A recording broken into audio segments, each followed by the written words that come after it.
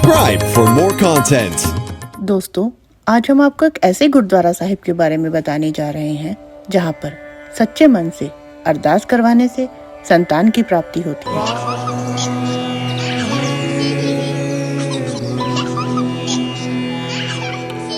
यह गुरुद्वारा साहिब बाबा बुड्ढा साहिब जी के नाम से प्रसिद्ध है, जो कि पंजाब के चबाल में स्थित है। अगर आपको हमारी आज की वीडियो अच्छी लगे तो हमारे इस चैनल को सब्सक्राइब जरूर कीजिएगा और हमारे चैनल पर लाइक और कमेंट अवश्य कीजिए। तो इस गुरुद्वारा साहिब का क्या इतिहास है, आइए हम आज की साखी में आपको बताते हैं। एक बार बादशाह अकबर गोइंदवाल साहिब में आया। वह गुरु अमरदास जी के विचारों और सिख धर्म से बहुत प्रभावित हुआ। अकबर ने गुरु घर के लिए कुछ गांवों की जमीन को गुरु अमरदास जी को उपहार में दिया। इस जमीन की देखभाल के लिए गुरु अमरदास जी ने बाबा बुड्ढा साहिब जी को चुना। इस स्थान पर एक छोटा सा जंगल होता था। बाबा बुड्ढा साहिब जी ने जमीन और पशुओं की देखभाल के साथ साथ बच्चों और बड़ों को गुरमुखी और गुरबानी सिखाने का काम भी किया। उन्होंने संगत और पंगत की प्रथा को अपनाया। एक दिन माता गंगा जी बाबा बुड्ढा साहिब जी के गुरुद्वारे में आईं। माता गंगा जी अपने साथ कई तरह के पकवान लेकर बाबा बुड्ढा साहिब जी के पास गईं। जब उन्होंने भोजन की पोटली को खोला तो उसमें कई तरह के व्यंजनों को देखकर बाबा बुड्ढा साहिब जी ने भोजन खाने से इनकार कर दिया। उन्होंने कहा कि यह भोजन हमारे लायक नहीं है, हम तो रूखा सूखा खाकर ही खुश रहते हैं। माता गंगा जी ने बाबा बुड्ढा साहिब जी से विनती की कि उन्हें एक पुत्र की प्राप्ति हो। तो बाबा बुड्ढा साहिब जी ने उनसे कहा, अगर हम में इतनी शक्ति होती कि हम आपको पुत्र की दात दे सकते तो हम यहाँ पर यह घास क्यों खोद रहे होते। पुत्र की दात देने में तो गुरु अर्जुन देव जी खुद समर्थ हैं, हमारे पास इतनी शक्ति नहीं है। माता गंगा जी वापस गुरु अर्जुन देव जी के पास लौट गई। गुरु अर्जुन देव जी ने माता गंगा जी से कहा, अगर हम किसी भी महापुरुष और संत के डेरे पर जाते हैं तो हमें अपनी अमीरी और शानो शौकत का प्रदर्शन नहीं करना चाहिए। अगर तुम्हें एक पुत्र की जरूरत है तो तुम जरूरतमंद बनकर उनके पास जाओ, अपने हाथों से भोजन तैयार करो और नंगे पैर बाबा बुड्ढा साहिब जी के पास जाओ। बाबा बुड्ढा साहिब जी ईश्वर से अरदास करेंगे और वह अरदास अवश्य पूरी होगी।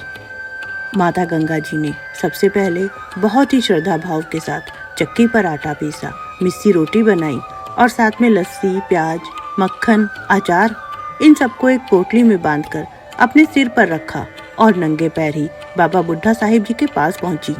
बाबा बुड्ढा साहिब जी उस समय घास खोदकर गाय भैंसों को खिला रहे थे।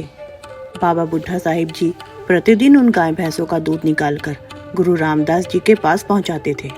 बाबा बुड्ढा साहिब जी ने माता गंगा जी को आते हुए देखा तो बाबा बुड्ढा साहिब जी खुद उनके पास पहुंच गए और माता गंगा जी से बोले, माता जी जल्दी से भोजन दो, आज बहुत भूख लगी है। अगर एक माँ ही अपने बच्चे का ख्याल नहीं रखेगी तो और कौन रखेगा। माता गंगा जी ने भोजन की पोटली खोली। बाबा बुड्ढा साहिब जी ने एक मिस्सी रोटी अपने हाथ पर रखी और एक प्याज को मुक्की मारकर तोड़ा। उन्होंने जिस प्याज को मुक्की मारकर तोड़ा था उसमें से एक छोटा सा प्याज निकलकर बाहर गिर गया। बाबा बुड्ढा साहिब जी ने वचन किए कि माता जी आपके घर में भी एक ऐसा ही वीर पुत्र पैदा होगा जो दुश्मनों के सिर को इसी प्याज की तरह तोड़ा करेगा। बाबा बुड्ढा साहिब जी के वचन पूरे हुए।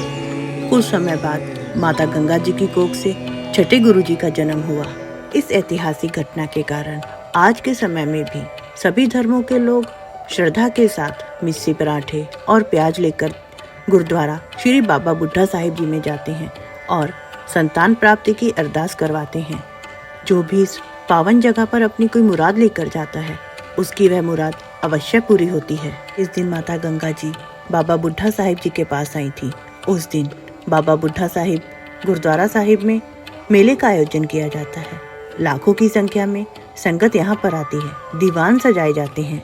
तो दोस्तों, आपको हमारी आज की साखी कैसी लगी आप हमें कमेंट बॉक्स में ज़रूर बताइएगा और प्लीज़ हमारे इस चैनल को लाइक, शेयर और सब्सक्राइब ज़रूर कीजिएगा और कमेंट में वाहिगुरु जी अवश्य लिखें।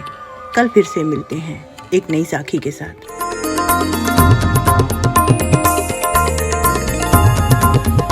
Subscribe for more content.